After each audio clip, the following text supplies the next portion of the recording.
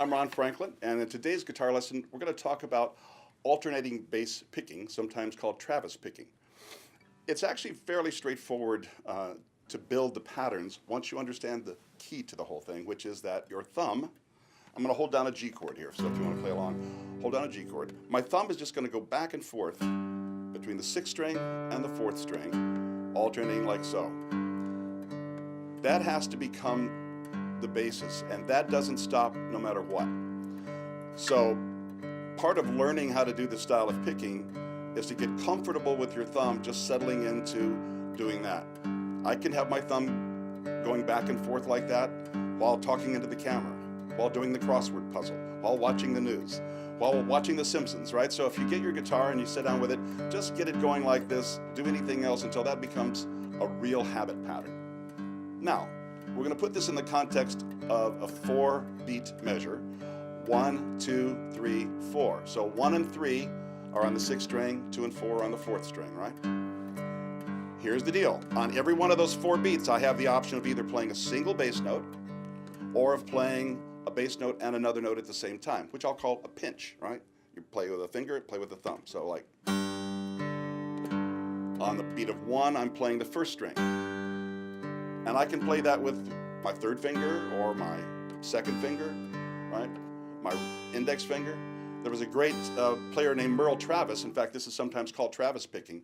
And in all of his playing, amazing player, he only used his thumb and his index finger. That was it. Now, I don't recommend that. When he saw Chet Atkins play, he said, wow, I didn't know you could use more fingers. And Chet Atkins said, God, I didn't know you only use one finger. So there's different ways to play and still make it sound good. What we're going to do is use all 3 fingers on the right hand. And roughly speaking, the ring finger can cover the 1st string, the middle, the 2nd string, and the index, the 3rd string. So what I'm going to do is get that thumb going, and on any one of those notes I can play one of the other treble strings at the same time, like this. 1, 2, 3, 4. Or on every note. So that's the second habit pattern to develop. Get your thumb going, and then add those other notes at the same time.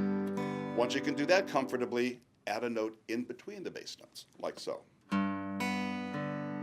So my thumb is still going back and forth between these 2 strings, but in between, I can play other strings. So I'm playing the 2nd string with my middle finger, and the 3rd string with my index finger.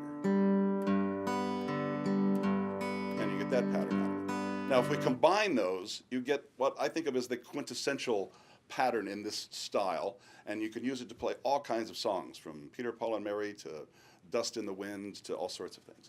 And it goes like this. On the 1st beat, you do a pinch. On the 2nd beat, you play a note in between that and the 3rd beat, and also a note in between that. So you got pinch, 3rd string, 2nd string, and then the last bass note is by itself. When you put that pattern together, it sounds like this.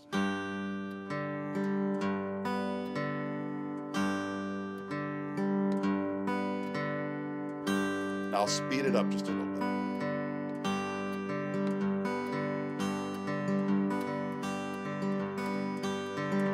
Change chords.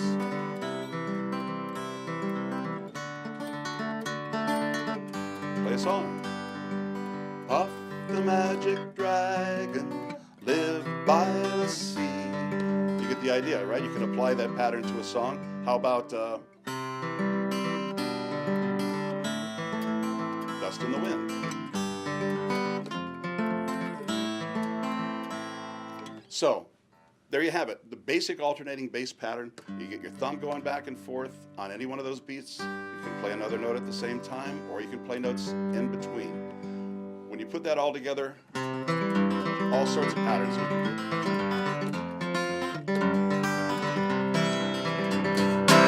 The basis of all of that is just the alternating bass. So have fun with it. I'll see you next time.